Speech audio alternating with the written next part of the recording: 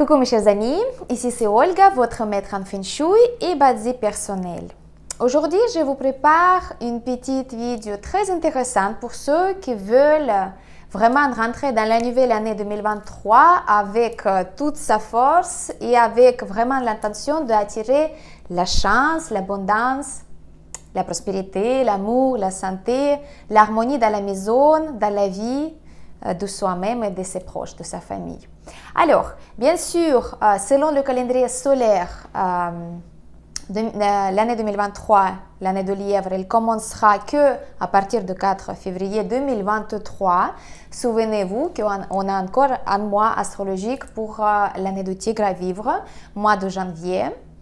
Mais selon notre calendrier habituel, on va fêter nouvelle année le 31 et 1er janvier. Et c'est vrai que les énergies sont très fortes, que vous pouvez déjà commencer d'utiliser ces informations et pendant le mois de décembre.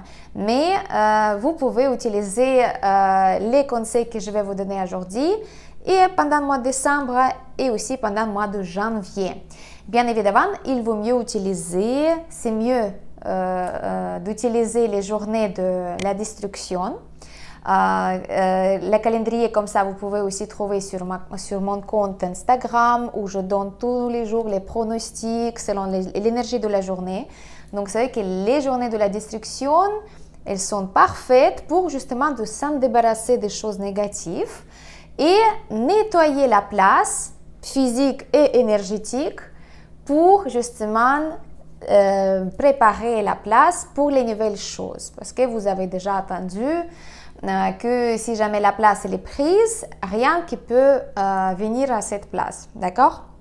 Si le verre elle est déjà rempli, on ne peut pas la remplir de nouveau. Donc tout d'abord, il faut le vider le verre et après, on va mettre de l'eau en intérieur. La même chose avec les énergies. Si vous voulez vraiment que dans votre vie, les nouvelles énergies rentrent, les énergies de la prospérité, d'abondance, de l'amour, de la richesse.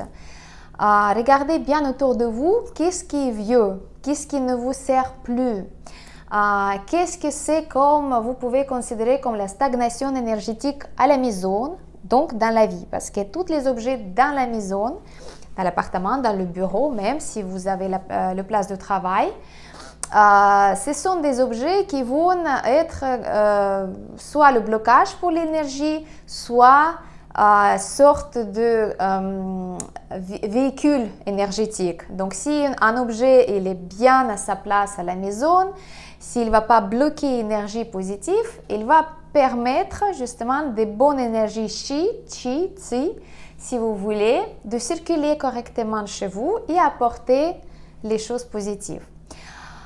Donc, le challenge pour la fin d'année 2022 que moi je me donne à moi-même et je vous conseille de le faire aussi si vous avez envie, de justement de faire quelque chose d'intéressant par rapport à des blocages énergétiques chez vous à la maison, surtout si 2022 il était l'année pas facile, si vous avez vécu les choses négatives, vous avez senti les émotions négatives à l'intérieur de votre maison.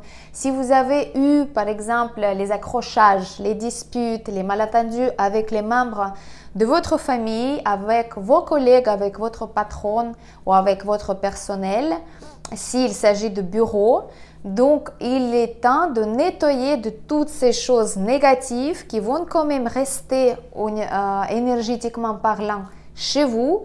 Ils ne vont pas vous permettre de recevoir les choses positives, les nouvelles émotions de joie de vivre, de l'amour, de prospérité, etc., etc.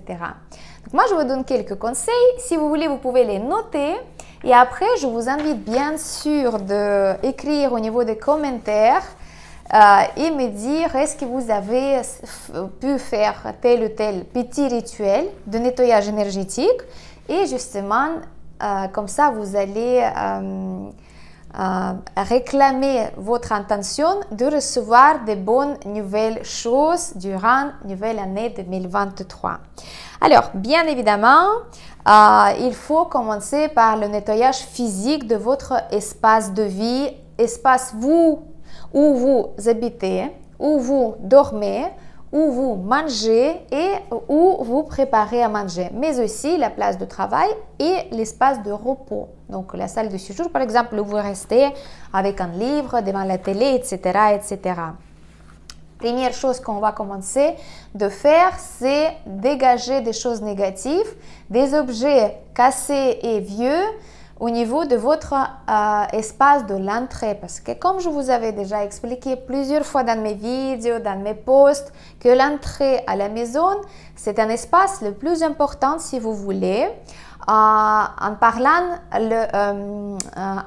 au niveau de l'entrée énergie chez vous. Parce que l'énergie, elle va rentrer chez vous et elle va se trouver directement dans un espace d'entrée, un couloir ou un espace d'entrée ouverte.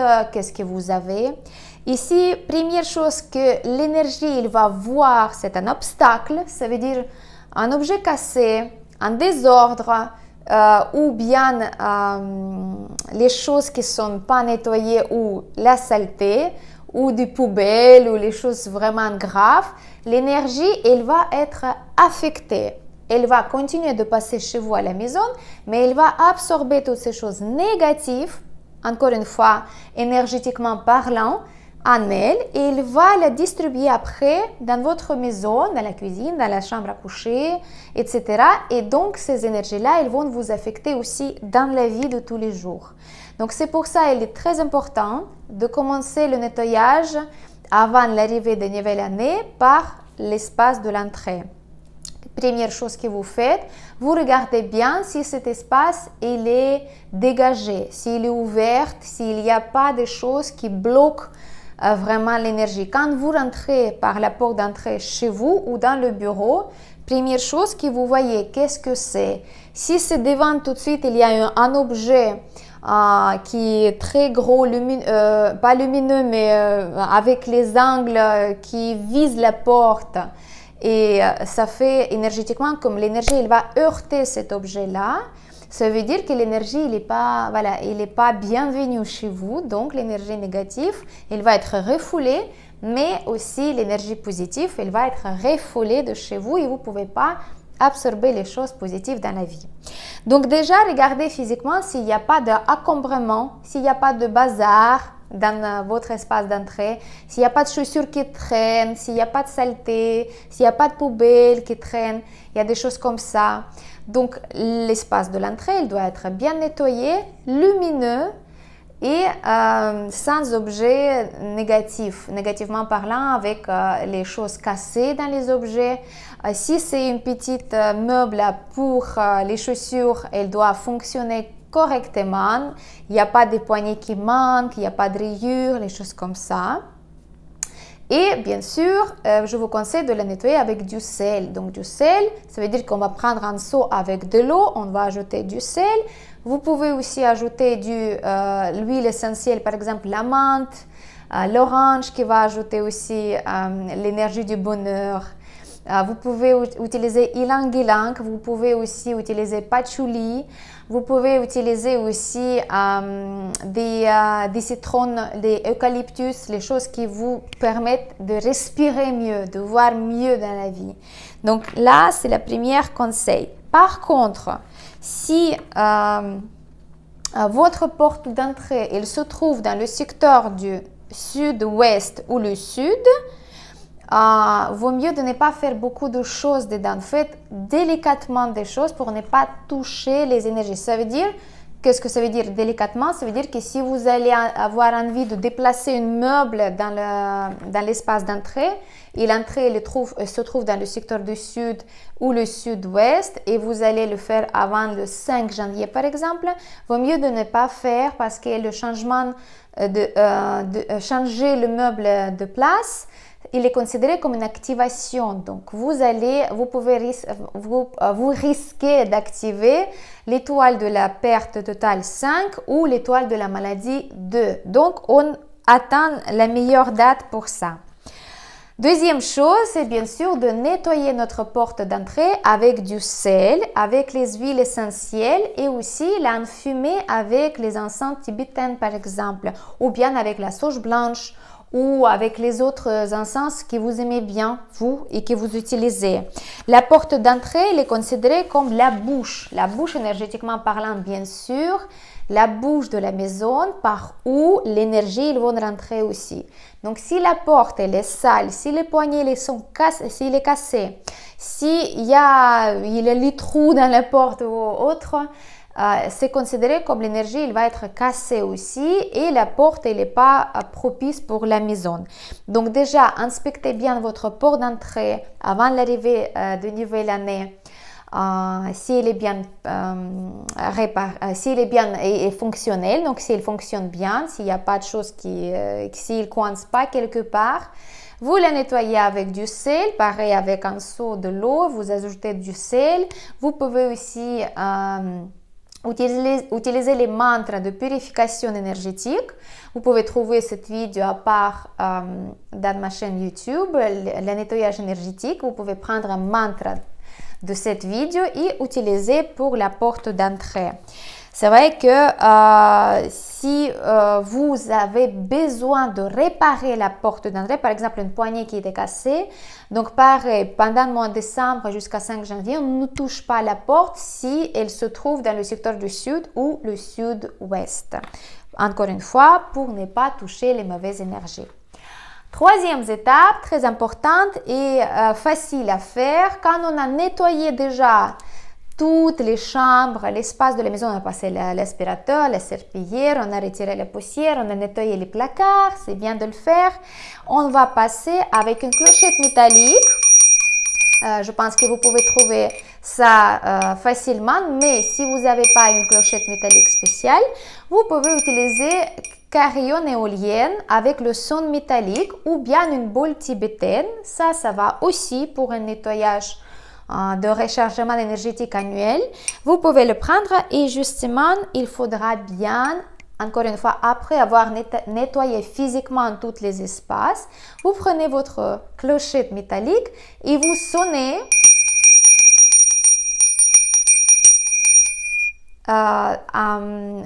où il y a tous les angles. Donc, vous avez les angles dans chaque chambre, minimum 4, et donc dans chaque angle, vous pouvez sonner bien pendant une trentaine de secondes, 1 minute, pour justement de faire sortir toute l'énergie négative des angles chez vous, parce que c'est là où se cumule justement l'énergie négative. Comme ça, vous pouvez les faire un petit peu secouer et demander de quitter votre maison justement parce que vous n'en avez plus besoin, ces énergies, ces programmations négatives, et comme ça 2023 vous allez faire entrer que les énergies positives, parce que si vous avez les énergies négatives qui sont stockées dans les angles chez vous, ça veut dire énergétiquement parlant, encore une fois, vos affaires peuvent ne pas avancer avec la vitesse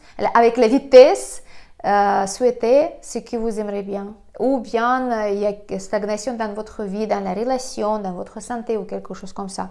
Donc ça, c'est très bien de faire avant l'arrivée 2023. Encore un point très important pour tout le monde.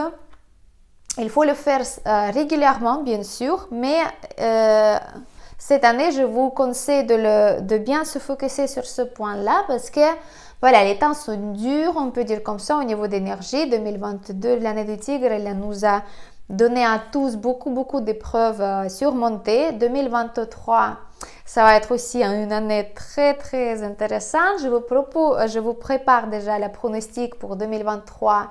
Ça va être pas pendant décembre, mais plutôt au début de janvier parce que j'ai pas eu le temps, malheureusement. Mais voilà, comment il faut faire avec ce point-là? Vous devez, en fait, je vous conseille de bien inspecter tous les placards chez vous, surtout dans la cuisine où vous allez trouver toute votre vaisselle que vous utilisez. Donc toute la vaisselle, les tasses, les verres, les assiettes, les plateaux, tout ce qui est la vaisselle pour la cuisson aussi, il faut bien les regarder une par une pièce par une pièce, pour s'assurer qu'il n'y a pas de fissures, qu'il n'y a pas de ébréchés, les choses comme ça sur les assiettes.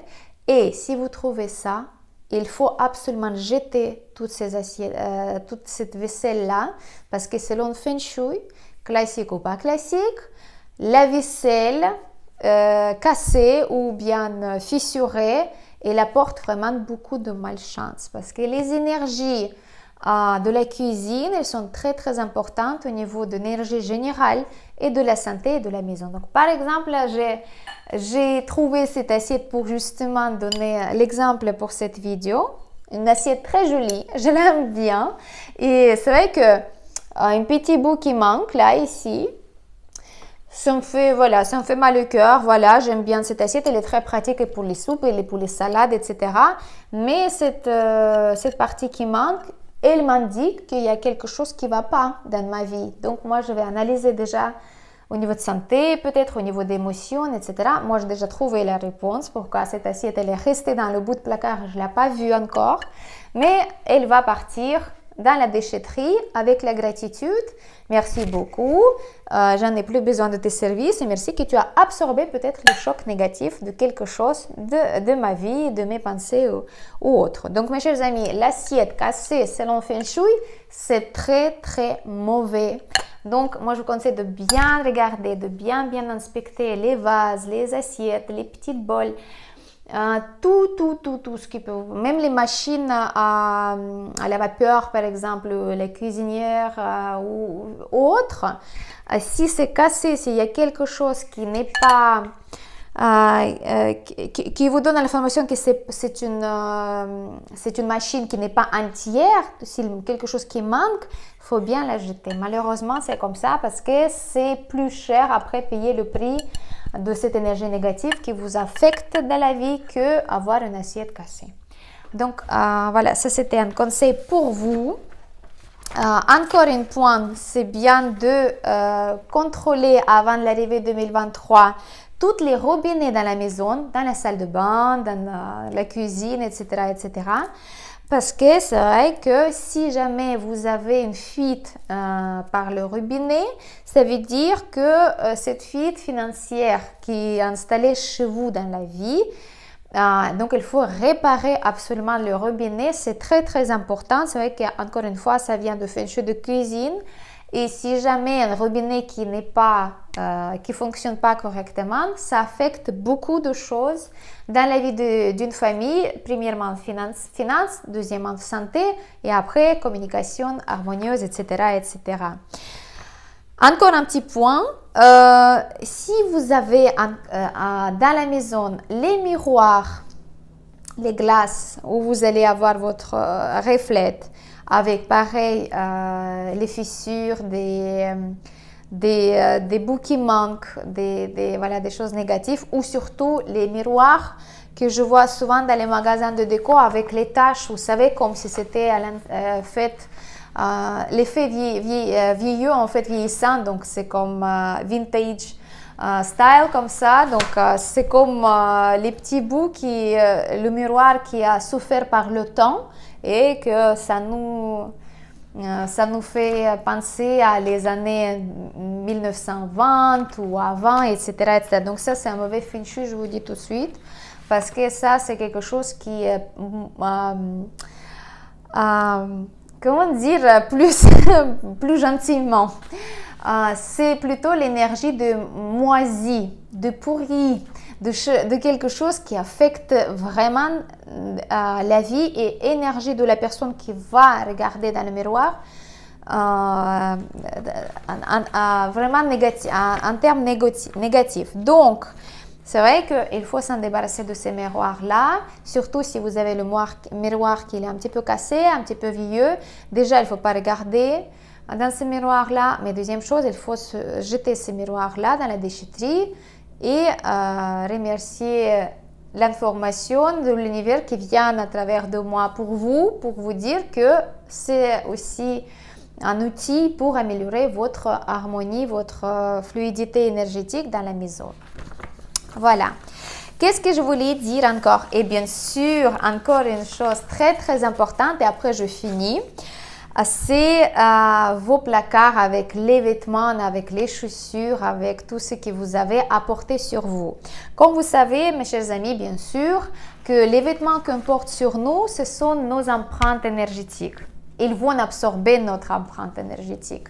Donc, c'est pour ça, en Feng Shui, par exemple, les jeans déchirés, qui sont très à la mode pour les ados en ce moment, c'est considéré comme quelque chose qui est très mauvais parce que ça déchire l'énergie de la personne qui la porte.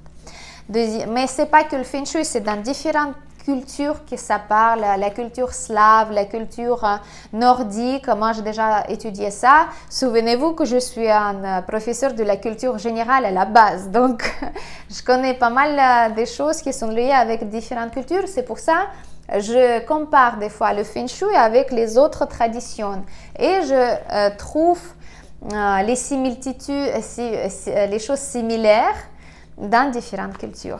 Et c'est vrai que les habits qui sont déchirés déjà ou les habits avec des taches et qui ne partent pas, par exemple, mais voilà, vous avez un faible pour cette blouse ou bien du jupe et vous ne voulez pas s'en débarrasser, c'est quelque chose qui est très mauvais parce que c'est une tâche qui va agir directement sur votre aura, sur votre corps énergétique. Même si vous ne portez pas ce vêtement-là, cette robe, jupe, etc., etc. Donc, première chose qu'on va faire, bien sûr, on va inspecter nos placards et on va regarder des habits qui sont abîmés, qui sont un petit peu déchirés, où il y a manque de boutons, où il y a des taches, où il y a des choses qui, voilà, qui physiquement, qui abîment les vêtements, le tissu.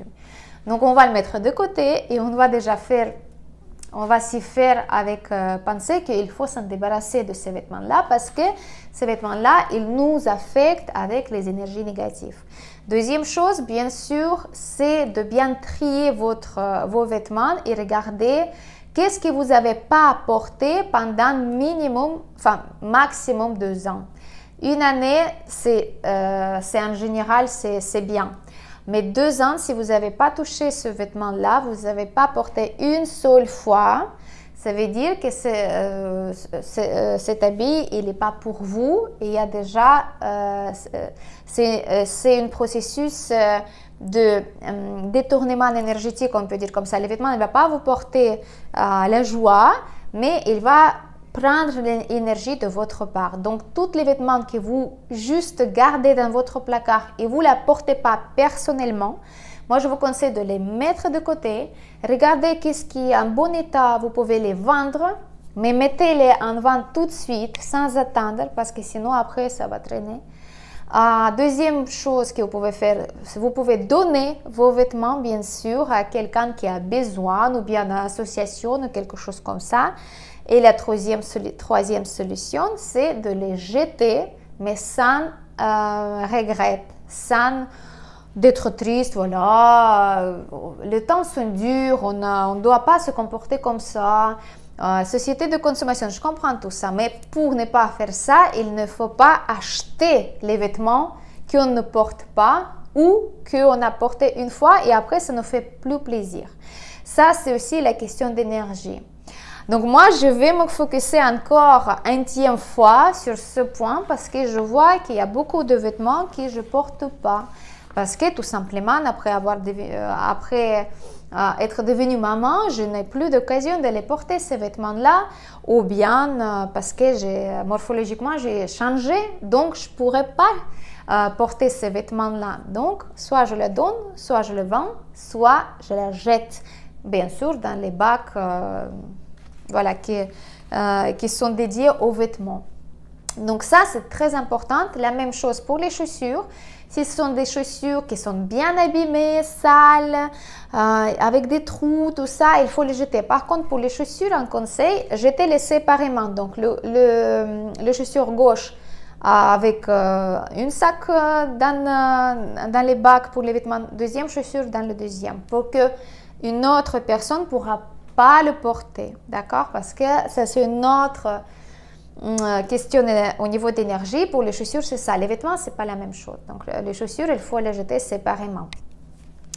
Donc, il ne faut pas être désolé pour les vêtements que vous jetez, surtout s'ils vous donnent plus plaisir, plus de joie. Parce que comme une de mes maîtres Feng Shui préférées, elle dit souvent, elle a dit, vous savez, moi je regarde constamment dans la maison si cet objet ou le vêtement que je dans le placard, si c'est quelque chose qui quand je regarde, ça me donne plaisir. Il y a quelque chose qui voilà, ça me fait joie, ça me fait chaud au cœur. Si c'est ça, je la garde. Si ce n'est pas ça, en fait, elle n'est pas pour moi. Elle n'est pas pour moi cet objet-là. Il va juste prendre mon énergie parce qu'il va être comme obstacle pour l'énergie négative. Et à la place de cet objet-là, peut-être il y aura un autre objet qui sera plus lumineux, plus joyeux ou bien plus symbolique. Donc voilà mes chers amis, un petit peu de conseils avant de commencer notre année 2023. Je vous invite de mettre le j'aime, de partager bien avec vos proches et bien utiliser les conseils, surtout parce que ce n'est pas assez de juste écouter les informations, mais plutôt les appliquer tout de suite sans attendre. Et puis vous avez le temps justement jusqu'à... si ce n'est pas le 31 décembre, vous pouvez le faire avant 5 février 2023. Comme ça, vous allez voir comment les énergies elles vont se renouveler plus facilement et vous allez sentir plus de satisfaction dans votre vie. Voilà mes chers amis, merci beaucoup. C'était votre maître en Feng Shui et Badzi personnel, Olga Laikivan. À très bientôt.